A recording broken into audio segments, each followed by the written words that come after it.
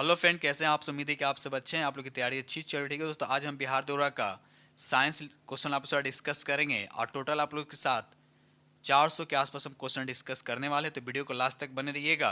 और जो friend channel पर पहली बार विजिट कर रहे हैं तो चैनल को सब्सक्राइब करिए और साथ में बेल आइकन को प्रेस करना नहीं भूलिए। अब यहाँ से आप लोग को एग्जाम में जरूर 8 से 10 क्वेश्चन देखने को जरूर मिलेगा। ठीक है, तो वीडियो को पूरा देखिएगा।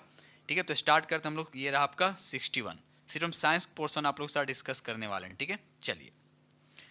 तो क्वेश्चन नंबर यहाँ पर 61 कहता है, निम्नलिखित में से किन दो भौतिक राशियों की इकाई एक ही होता है? तो बताइए इसका राइट आंसर क्या हो जाएगा। तो यहाँ पर देखिए राइट आंसर आपका बी हो जाने बल और क्या हो जाएगा भार, इसका राइट आंसर हो जाएगा। ठीक है, चलिए।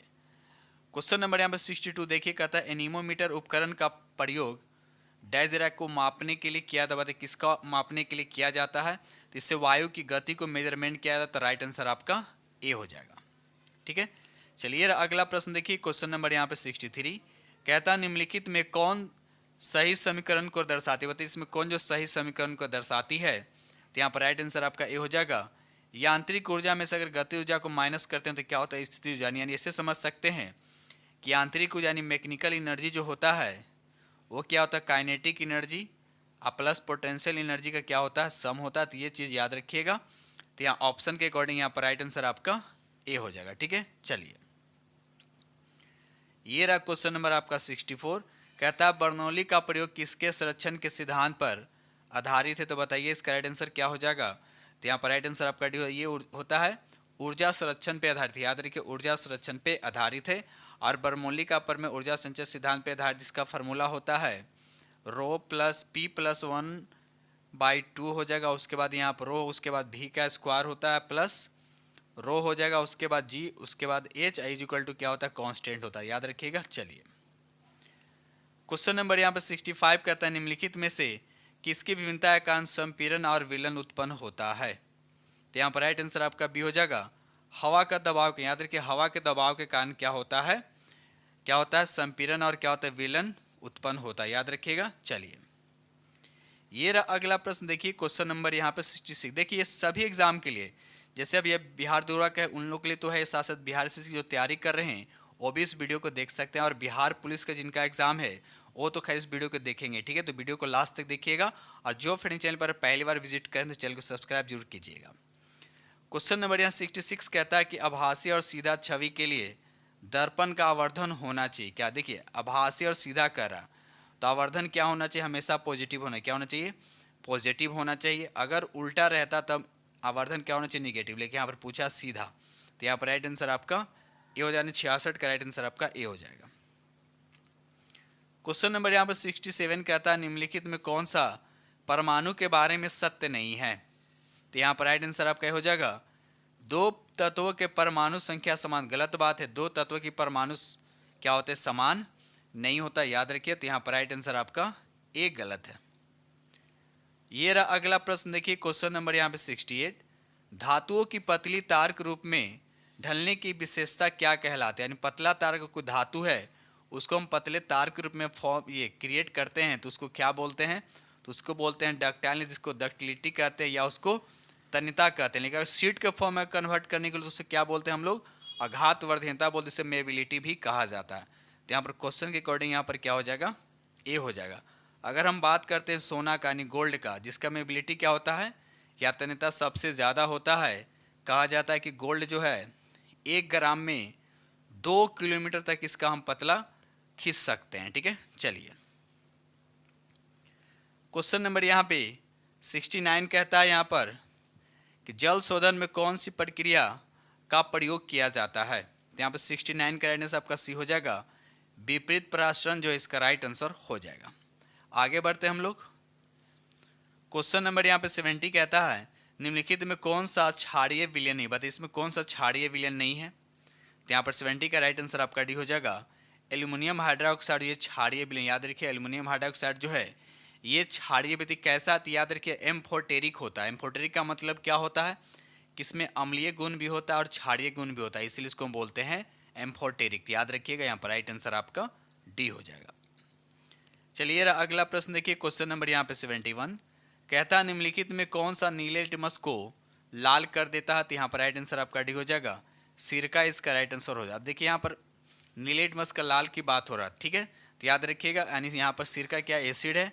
अब एसिड किसको कहते हैं, जिसका पीएच मान क्या होता है, 7 से क्या होता है, कम होता है। जिसका पीएच मान 7 से ज़्यादा उसे क्षारीय बोलते हैं, और जिसका पीएच मान 7 होता है वह उदासीन होता है, ठीक है। चलिए क्वेश्चन नंबर यहाँ पे 72 कहता है, ये तत्व आपको दे रखा है तो आपको बताना सामान्यतः किस नाम से जाना जाता है। तो यहाँ पर राइट आंसर आपका ए हो जाएगा, इसको बोलते हैं हेलोजन। क्या बोलते हैं, ये हेलोजन ग्रुप में आते हैं। अगर वर्ग पूछे किस वर्ग में आता है तो वर्ग 17 में आता है, ठीक है, याद रखिएगा। चलिए आगे बढ़ते हैं हम लोग। यहाँ पर देखिए 80 दे रखा है, एस्टेनिल दे रखा। ये स्टेनिक कैसा तत्व है भी याद रखिए, रेडियो एक्टिव एलिमेंट याद रखिएगा, लेकिन हेलोजन में आते हैं। ये रहा अगला प्रश्न, देखिए क्वेश्चन नंबर यहाँ पे 73, अमोनिया का व्यावसायिक निर्माण किस प्रक्रिया से होता है। व्यावसायिक निर्माण जो है किस प्रक्रिया द्वारा होता है। तो यहाँ पर राइट आंसर आपका सी हो जाएगा, हैबर प्रक्रिया। याद रखिए हैबर प्रक्रिया द्वारा इसका किया जाता है, ठीक है। चलिए आगे बढ़ते हैं हम लोग। ये रहा अगला प्रश्न, देखिए क्वेश्चन नंबर यहाँ पे 74, माइकोलॉजी का अध्ययन निम्न में से किससे संबंधित है, बताइए। माइकोलॉजी का याद रखिए, यहाँ पर राइट आंसर आपका सी हो जाएगा, कवक। एक होता है फाइकोलॉजी, एक क्या होता है फाइकोलॉजी, इसमें क्या होता है शैवाल का अध्ययन किया जाता है, याद रखिएगा। चलिए क्वेश्चन नंबर यहाँ पे 75 कहता है, निम्नलिखित में से कौन सा एक कोशिका में अधिक मात्रा में पाए जाने वाला अणु है। तो यहाँ पर 75 का राइट आंसर आपका बी हो जाएगा, वाटर जो है इसका राइट आंसर, याद रखिएगा वाटर जो है इसका राइट आंसर हो जाएगा। क्वेश्चन नंबर यहाँ पे 76 कहता है, पौधों में लचीलापन किस ऊतक के कारण होता है, बताइए। तो यहाँ पर राइट आंसर आपका ए हो जाएगा, कॉलिन कायमा जो है, यानी कॉलिन कायमा जो है इसका राइट आंसर हो जाए, याद रखिएगा, ठीक है। चलिए आगे बढ़ते हैं हम लोग। क्वेश्चन नंबर यहाँ पर 77 कहता है कि मनुष्य में पुरुष के यौन गुणसूत्रों में कौन सा समूह होता है। देखिए पुरुष की बात पूछा जा रहा है, तो यहाँ पर क्या हो जाएगा XY, यानी आपका सी आपका राइट आंसर हो जाएगा। अगर महिला में पूछा जाएगा तो क्या होता है XX होता है, ठीक है। अगर आपसे पूछा जाएगा गुणसूत्रों की संख्या कितना होता है 46, अगर पेयर में पूछेगा तो 23, ठीक है। चलिए ये रहा अगला प्रश्न, देखिए क्वेश्चन नंबर यहाँ पे 78। क्वेश्चन नंबर 78 कहता है कि अमीबा में प्रजनन कैसे होता है। तो यहाँ पर राइट आंसर आपका बी हो जाएगा, द्विखंडन विधि द्वारा। याद रखिए अमीबा में कैसा होता है, द्विखंडन विधि द्वारा होता है, ठीक है। अमीबा जो है प्रोटोजोआ संघ के एक सजीव है, भी याद रखिएगा, जिसमें क्या होता है यह एक सेल से मिलकर बना होता है।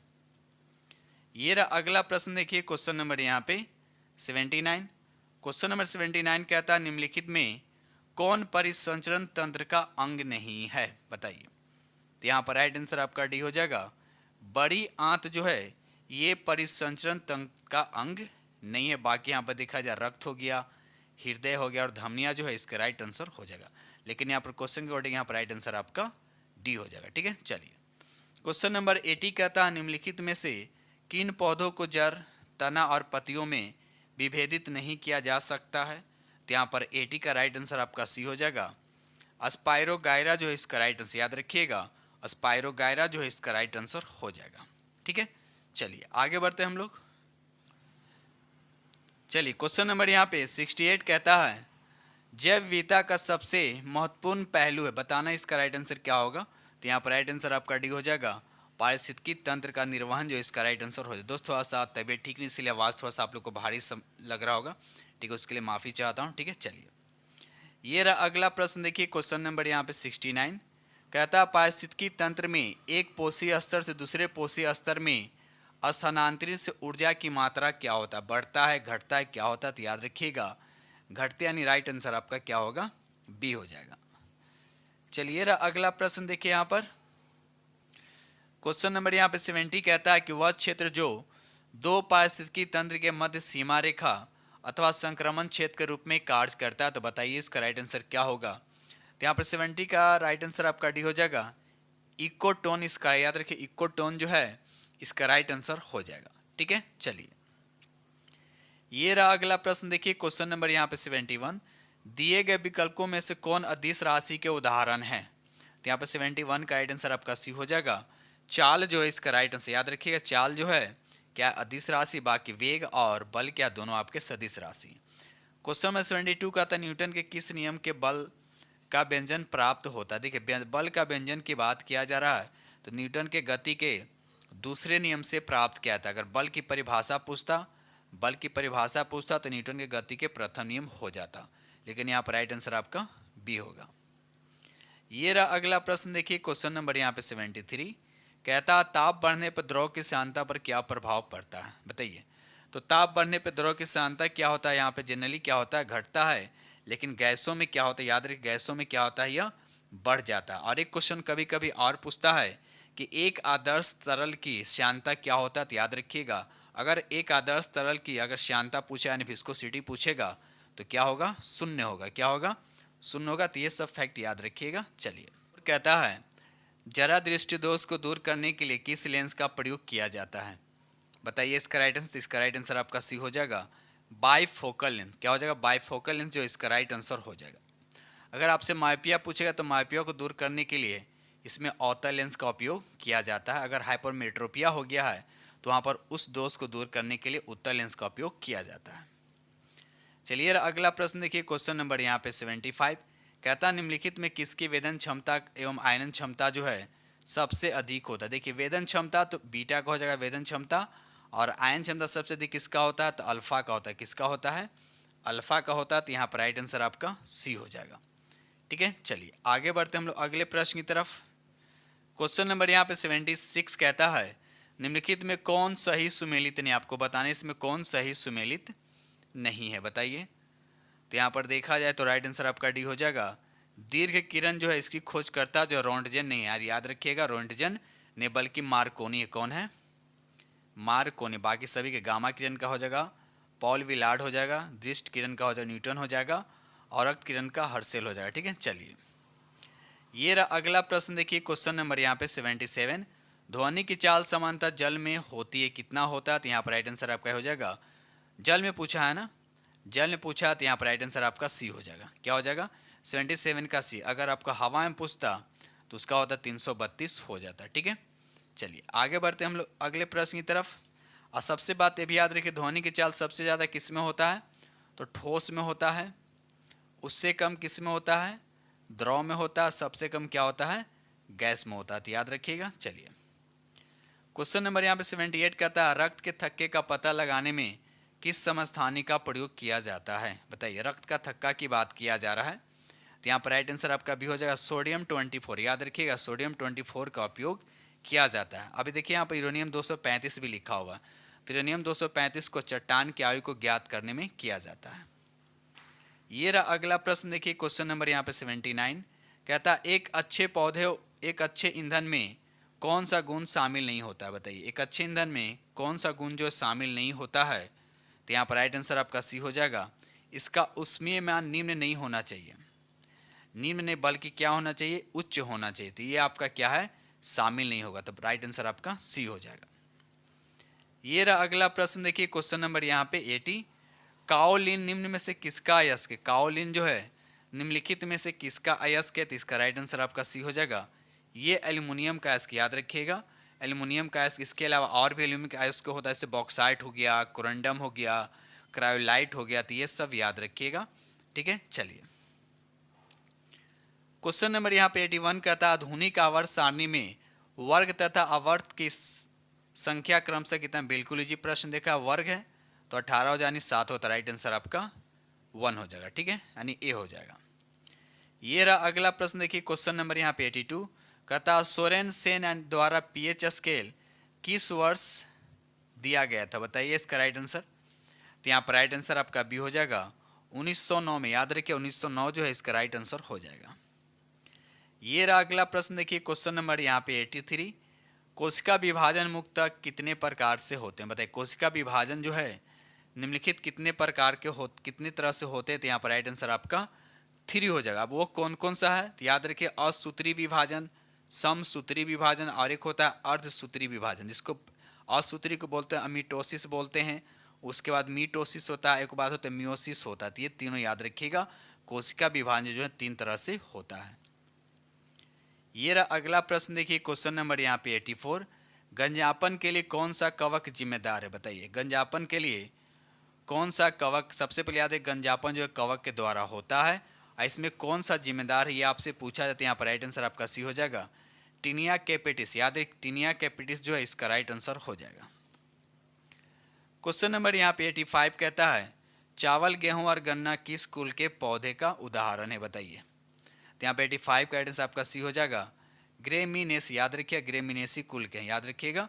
ठीक है, अगर आपसे पूछा जाएगा कि लहसुन प्याज ये किस कुल के हैं तो ये होता है लिलिएसी कुल के, याद रखिएगा। चलिए क्वेश्चन नंबर यहाँ पे 86 कहता है कि बौने पौधे को लंबा करने में कौन सा हार्मोन क्या होता है, सहायक होता है, बताइए। बौने पौधा को लंबा करना, तो बताइए इसका राइट आंसर क्या होगा। यहाँ पर राइट आंसर आपका बी हो जाएगा जिब्रेलिन्स, याद रखिए जिब्रेलिन्स जो हार्मोन जो है इसका राइट आंसर हो जाएगा। ठीक है, चलिए आगे बढ़ते हैं हम लोग। क्वेश्चन नंबर यहाँ पे 87 कहता निम्नलिखित में कौन द्वितीय उपभोक्ता का उदाहरण नहीं है। तो यहाँ पर 87 का राइट आंसर आपका ये हो जाएगा बकरी, इसका राइट आंसर हो जाएगा। क्वेश्चन नंबर यहाँ पे 88 कहता है कि राइबोसोम का नामकरण किसके द्वारा किया गया, बताइए। राइबोसोम का नामकरण किसके द्वारा किया, तो यहाँ पर राइट आंसर आपका बी हो जाएगा रिचर्ड बी रॉबर्ट जो है इसका राइट आंसर हो जाएगा। ठीक है, चलिए ये रहा अगला प्रश्न, देखिए क्वेश्चन नंबर यहाँ पे 89 कहता है समसूत्री विभाजन के बारे में कौन सा कथन आपका असत्य है। समसूत्री विभाजन के बारे में कौन सा कथन आपका असत्य है, तो बताइए यहाँ पर राइट आंसर क्या होगा। तो यहाँ पर राइट आंसर आपका डी हो जाएगा इनमें से कौन, याद रखिए इनमें से कौन। अब रहा सवाल के समसूत्री विभाजन के बारे में कौन सा कथन असत्य, यहाँ पर देखिए यह विभाजन काय की कोशिका में होता है, ये सही है। इसके विभाजन में बहुत ही कम समय लगता है, भी सही है। इसकी सबसे छोटी अवस्था क्या होता है, प्रोफेज होता है, ते भी सही है। तो यहाँ पर राइट आंसर आपका क्या हो जाएगा, डी हो जाएगा। क्वेश्चन नंबर यहाँ पे 90 कहता है निम्नलिखित में कौन सा एंजाइम अग्न्याशय द्वारा स्रावित है। देखिए अग्न्याशय द्वारा जो है एंजाइम स्रावित नहीं, तो ये बताना आपको। तो देखा जाए यहाँ पे 90 का, तो ट्रिप्सिन जो है लाइपेज जो अग्न्याशय द्वारा स्रावित होता है, लेकिन पेप्सिन की अगर हम बात करते हैं, पेप्सिन की बात करते हैं, पेप्सिन साथ एक और आता है रेनिन आता है, क्या आता है, रेनिन आता है। ठीक है, ये अमाशय से निकलने वाले जठर रस होते हैं। ठीक है, तो यहाँ पर राइट आंसर आपका क्या हो जाएगा, ए हो जाएगा। बाकी ट्रिप्सिन हो गया, लाइपेज हो गया, इसके अलावा आई होता है माइलेज हो गया, ये सब क्या होता है अग्न्याशय द्वारा स्रावित क्या है, हार्मोन से, ये भी याद रखिएगा। ठीक है, चलिए आगे बढ़ते हैं हम लोग। चलिए क्वेश्चन नंबर यहाँ पे देखिए आप 48, क्वेश्चन नंबर 48 कहता है जैव विविधता में परिवर्तित होता है, बताइए इसका राइट आंसर। जैव विविधता में परिवर्तन होता है, तो बताइए इसका राइट आंसर क्या होगा। तो यहाँ पर राइट आंसर आपका ये हो जाएगा भूमध्य रेखा की तरफ बढ़ती जाती है, याद रखिए भूमध्य रेखा की तरफ बढ़ती है, तो याद रखिए यहाँ पर राइट आंसर आपका ए हो जाएगा। चलिए रहा अगला प्रश्न, देखिए क्वेश्चन नंबर यहाँ 49 कहता है पर्यावरण में ग्रीन हाउस प्रभाव में वृद्धि होती है, तो किसके कारण होता है ग्रीन हाउस।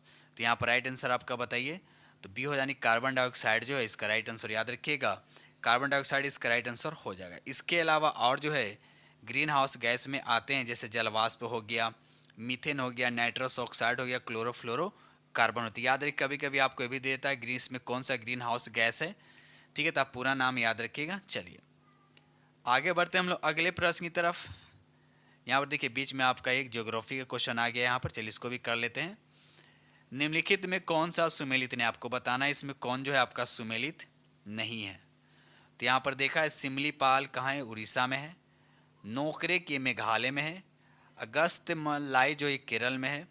कंचनजंगा जो है ये हिमाचल प्रदेश में नहीं बल्कि कहाँ है, सिक्किम में। कहाँ है, सिक्किम में। तो यहाँ पर राइट आंसर आपका डी हो जाएगा। चलिए राज साइंस का प्रश्न अगला, क्वेश्चन नंबर यहाँ पे 51 का था हृदय मांसपेशी को कहते हैं, बताइए हृदय मांसपेशी को क्या बोलते हैं, बताइए इसका राइट आंसर क्या होगा। तो यहाँ पर राइट आंसर आपका सी हो जाएगा मायोकार्डियम जो है इसका राइट आंसर, याद रखिएगा मायोकार्डियम जो है इसका राइट आंसर हो जाएगा। क्वेश्चन नंबर यहाँ पे 52 कहता है प्रोप्रियोसेप्टिक न्यूरोमस्कुलर फेलिस्टेशन तकनीकी संबंधित है, तो बताना है कि किससे है। तो यहाँ पर राइट आंसर आपका सी हो जाएगा शरीर के लचीलापन से, तो राइट आंसर आपका यहाँ पे सी हो जाएगा। ठीक है, चलिए ये रहा अगला प्रश्न, देखिए क्वेश्चन नंबर यहाँ 53 कहता निम्नलिखित में कौन सा वसा घुलनशील विटामिन नहीं है, बताइए कौन सा वसा जो है वसा में घुलनशील विटामिन, सॉरी यहाँ पर बताना है कौन सा विटामिन जो वसा में घुलनशील नहीं है। तो देखिए वसा की अगर बात किया तो वसा में कौन है, तो यहाँ पर राइट आंसर आपका बी और सी याद रखिए, साथ साथ सी भी याद रखिएगा, ये जल में घुलनशील होता है बी और सी। तो यहाँ पर राइट आंसर आपका बी हो जाए। बाकी सभी जो ए, ई, डी और के जो है ये सभी क्या है वसा में घुलनशील होते हैं। ठीक है, चलिए ये रहा अगला प्रश्न। देखिए क्वेश्चन नंबर यहाँ 54 कहता मानव शरीर की अस्थियां किस आधार पर वर्गीकृत की जाती है। तो यहाँ पर राइट आंसर आपका सी हो जाएगा, परिमाण और आकार पे। याद रखिएगा यहाँ पर राइट आंसर आपका क्या हो जाएगा, सी हो जाएगा। ठीक है, अगर हम शिशु की बात करते हैं, शिशु में हड्डी कितना होता है 275 से 300 के आसपास इसमें हड्डी होता है, लेकिन अगर वयस्क मनुष्य की बात किया जाए तो उसमें 206 हड्डी होता है। ठीक है, चलिए अगला प्रश्न देखिए क्वेश्चन नंबर यहाँ 55 कौन सा उत्तक शरीर का संरक्षण का कार्य करता है। तो यहाँ पर 55 का राइट आंसर आपका ये हो जाएगा एपिथीलियमी उत्तक जो है इसका राइट आंसर हो जाएगा। ठीक है, चलिए ये रहा अगला प्रश्न। देखिए क्वेश्चन नंबर यहाँ 56 कहता पौधों में किस हार्मोन की संरचना के संचार के कारण वे प्रकाश की ओर क्या होते हैं, झुक जाते हैं, बताइए। तो यहाँ पर राइट आंसर आपका सी हो जाएगा, ऑक्सिन जो है इसका राइट आंसर। याद रखिएगा ऑक्सिन इसका राइट आंसर हो जाएगा। और ऑक्सिन क्या एक तरह का हार्मोन है जिसकी खोज जो है 1880 में डार्विन के द्वारा किया गया था। और जिब्रेलिन एक होता है, यहाँ देखिए जिब्रेलिन देख रहा है, ये क्या करता है बौने पौधों को लंबा करता है। याद रखिएगा बौने पौधों को लंबा कर देता है। ठीक है, चलिए ये रहा अगला प्रश्न। देखिए क्वेश्चन नंबर यहाँ पे 57 कहता है प्रोकैरियोटिक कोशिकाओं के संबंध में कौन सा कथन आपका यहाँ पे सत्य। देखिए प्रोकैरियोटिक दे रखा है, एक होता है यूकैरियोटिक होता है। ठीक है, तो बताना है प्रोकैरियोटिक कोशिकाओं के संबंध में कौन सा कथन आपका यहाँ पे सही है। तो यहाँ पर देखा जाए तो यहाँ पर राइट आंसर आपका डी हो जाएगा। इसमें कोशिका विभाजन जो है विखंडन अथवा मुकुलन द्वारा होता है, यानी विखंडन के द्वारा भी होता है और मुकुलन के द्वारा होता है। तो याद रखिएगा, तो यहाँ पर राइट आंसर आपका क्या हो जाएगा, डी हो जाएगा। ठीक है, चलिए आगे बढ़ते हैं हम लोग अगले प्रश्न की तरफ। क्वेश्चन नंबर यहाँ पे 58 कहता है कि टेरिडोफाइटा पौधे के उदाहरण। तो बताना कि टेरिडोफाइटा में कौन कौन से पौधे आते हैं। तो यहाँ पर राइट आंसर आपका बी हो जाएगा, मार्सिलिया और फर्न जो है ये टेरिडोफाइटा के अंतर्गत आता है। ठीक है, चलिए आगे बढ़ते हैं हम लोग अगले प्रश्न की तरफ। क्वेश्चन नंबर यहाँ 59 कहता है कि लाइपेज नामक एंजाइम का स्रावित यानी स्रोत है। तो बताना है कहाँ से स्रावित इसका होता है, लाइपेज की बात पूछा जा रहा है। तो यहाँ पर राइट आंसर आपका डी हो जाएगा, इनमें से कोई नहीं। याद रखिएगा इनमें से कोई नहीं इसका राइट आंसर हो जाता है। अब रहा सवाल की इसका स्रावित कहाँ से होता है, तो आगे अग्न्याशय से होता है। कहाँ से होता है, तो अग्न्याशय से होता है। ठीक है, आई बात समझ में। इसके अलावा और भी होता है, जैसे माइलेज हो गया, लाइपेज हो गया और ट्रिप्सिन हो गया, ये तीनों का स्रावित कहाँ से होता है, तो अग्न्याशय से होता है। ठीक है, और साथ साथ ये भी याद रखिएगा कि अग्न्याशय जो है मानव शरीर की दूसरी सबसे बड़ी ग्रंथि है। ठीक है, चलिए ये रहा अगला प्रश्न। देखिए क्वेश्चन नंबर यहाँ पे 60 कहता है शैवाल और कवक के मिलने से लाइकेन बनता है, जिसे कहते हैं क्या कहते हैं, बताइए इसका राइट आंसर। तो यहाँ पर राइट आंसर आपका बी हो जाएगा, सहजीविता उसको कहते हैं। क्या बोलते हैं, सहजीविता बोलते हैं। ठीक है, अब एक होता है परजीविता। क्या होता है, तो परजीविता किसको बोलते हैं, ऐसे प्रजाति जो लाभ तो दूसरों एक को लाभ होता है दूसरों को क्या होता है हानि होता है, उसको बोलते हैं परजीविता कहते हैं। ठीक है, एक लिखा हुआ है स्वभोजिता। स्वभोजिता में क्या होता है, एक प्रजाति को लाभ और दूसरे को क्या होता है अप्रभावित, न लाभ होता है न हानि होता है, उसको बोलते हैं स्वभोजिता। ठीक है, तो लेकिन क्वेश्चन के अकॉर्डिंग यहाँ पर राइट आंसर आपका बी हो जाएगा। ये रहा क्वेश्चन नंबर आपका 61 कहता है निम्नलिखित में कौन सा एक अलौह धात्विक खनिज है, बताइए यहाँ पर 61 का। तो यहाँ पर राइट आंसर आपका सी हो जाएगा, कोबाल्ट जो है इसका राइट आंसर हो जाएगा। क्वेश्चन नंबर यहाँ पर 62 कहता है नाभिकीय रिएक्टर में नाभिक विखंडन से विद्युत उत्पन्न करने के लिए साधारणतः प्रयोग किए जाने वाला तत्व कौन है। तो यहाँ पर राइट आंसर आपका सी हो जाएगा, यूरेनियम इसका राइट आंसर। याद रखिए यूरेनियम जो है इसका राइट आंसर होता है, और यूरेनियम एक तरह ईंधन का काम करता है। ठीक है, चलिए दोस्त वीडियो पसंद आ रहा तो प्लीज़ लाइक कीजिए। आप लोग को पता है कि बिहार दरोगा का डेट तो दे चुका है, तो आप लोग की तैयारी तो अब अंतिम चरण पे होगा, तो इस वीडियो को एक बार देख के जुड़ जाइएगा। ठीक है, शायद यहाँ से 2 4 5 क्वेश्चन आप लोग को एग्जाम में डायरेक्ट पूछ लिया जाए। ठीक है दोस्त, और जो बिहार एसएससी की तैयारी भी कर रहे हैं तो भी इस वीडियो को देख सकते हैं, या बिहार पुलिस का तैयारी कर रहे हैं और साथ साथ आप लोग को बता दें कि सिविल कोड का भी जो तैयारी कर रहे हैं सभी के लिए क्या है वीडियो बेनिफिट है। क्वेश्चन है यहाँ पर 63 कहता है कि एक हाइड्रोकार्बन जिसमें कार्बन के 2 परमाणु द्विबंधन द्वारा जुड़े होते हैं। क्या देखिए द्विबंधन, एक जिसमें कार्बन परमाणु के 2 परमाणु जो है द्विबंधन है, इस तरह से डबल बॉन्ड, उसको क्या बोलते हैं, एल्कीन बोलते हैं। अगर दो परमाणु के बीच ट्रिपल बॉन्ड होगा उसको क्या बोलते हैं हम लोग, एल्काइन बोलते हैं। और दो कार्बन के बीच अगर सिंगल बॉन्ड होता है उसको हम क्या बोलते हैं, एल्केन बोलते हैं। तो ये सब चीज़ें याद रखिएगा। तो क्वेश्चन के अकॉर्डिंग यहाँ पर राइट आंसर आपका बी होगा। दोस्त थोड़ा सा आवाज़ भारी है उसके लिए माफ़ी चाहता हूँ, ठीक है, क्या कर सकते हैं। चलिए क्वेश्चन नंबर यहाँ पे 64 कहता है सोना को घोला जा सकता है। सोना को बताना है किस में घोला जा सकता है। तो याद रखिए हाइड्रोजन एसिड और नाइट्रिक एसिड के मिश्रण में घोला जा सकता है। तब रहा सवाल कि ये कितना भाग होता है और ये कितना भाग होता है। तो याद रखिए हाइड्रोक्लोरिक एसिड 3 भाग होता है और रेशियो में नाइट्रिक एसिड क्या होता है, 1 भाग होता है, ठीक है। चलिए आगे बढ़ते हैं हम लोग। ये रहा क्वेश्चन नंबर आपका 65। पीतल निम्न में किसका मिश्रण, पीतल तो मिश्रण है, आपको बताना है कि कौन से तत्वों से मिलकर बना। तो याद रखिए इसमें तांबा और क्या होता है, तांबा और जस्ता हो जाएगा। तो ऑप्शन यहाँ पर 65 का राइट आंसर आपका डी हो जाएगा, ठीक है। चलिए ये रहा अगला प्रश्न, देखिए क्वेश्चन नंबर यहाँ पे 66 कहता है कि एक जेटा बराबर क्या होता है। एक जेटा बराबर क्या होता है। तो याद रखिएगा 10 पर पावर कितना होता है, 21 होता है। कितना होता है, 10 पर पावर 21 होता है, ठीक है। अभी हम देखिए 10 पर पावर -24 दे रखा है, ये होता है 1 योक्टा। 1 योक्टा बराबर 10 पर पावर माइनस क्या होता है, 24 होता है। उसके बाद यहाँ पर देखा 10 पर पावर क्या लिखा, -21 लिखा हुआ है। तो जिप्टो होता है 1 जिप्टो बराबर 10 पर पावर -21 होता है। उसके बाद यहाँ देखिए 10 पर पावर यहाँ पर 21 दे रखा है। तो अभी हमने बताया यानी 66 का राइट आंसर आपका, यानी क्वेश्चन के अकॉर्डिंग यहाँ पर राइट आंसर आपका क्या हो जाएगा, सी यानी 10 पर पावर 21 हो जाएगा। उसी तरह से यहाँ पर देखिए आपको दे रखा है 10 पर पावर 24, ये होता है 1 योटा, 1 योटा, ठीक है ना। तो 1 योटा बराबर 10 पर पावर क्या होता है, 24 होता है। और 1 जेटा बराबर क्या होता है, अगर 1 जेटा की बात करें तो 1 जेटा 10 पर पावर 21 होता है, ठीक है। चलिए आगे बढ़ते हैं हम लोग। ये रहा अगला प्रश्न, देखिए क्वेश्चन नंबर यहाँ पे 67 का था बैरोमीटर की ऊंचाई में अचानक वृद्धि इंकित हो तो क्या होगा। अचानक वृद्धि कह रहा है तो यहाँ पर राइट आंसर आपका डी हो जाएगा। अत्यंत शुष्क मौसम है, क्या होगा, अत्यंत शुष्क मौसम हो जाएगा, ठीक है। चलिए आगे बढ़ते हैं। ये रहा अगला प्रश्न, देखिए क्वेश्चन नंबर यहाँ पे 68 कहता है निकट दृष्टि दोष किसके प्रयोग से उपचारित किया जा सकता है। अगर मायोपिया, निकट दृष्टि को क्या बोलते हैं, मायोपिया भी कहा जाता है, याद रखिएगा। तो अगर जिसको मायोपिया हो गया तो उसको अवतल लेंस के द्वारा क्या तो उसको सुधारा जाता है, ठीक है।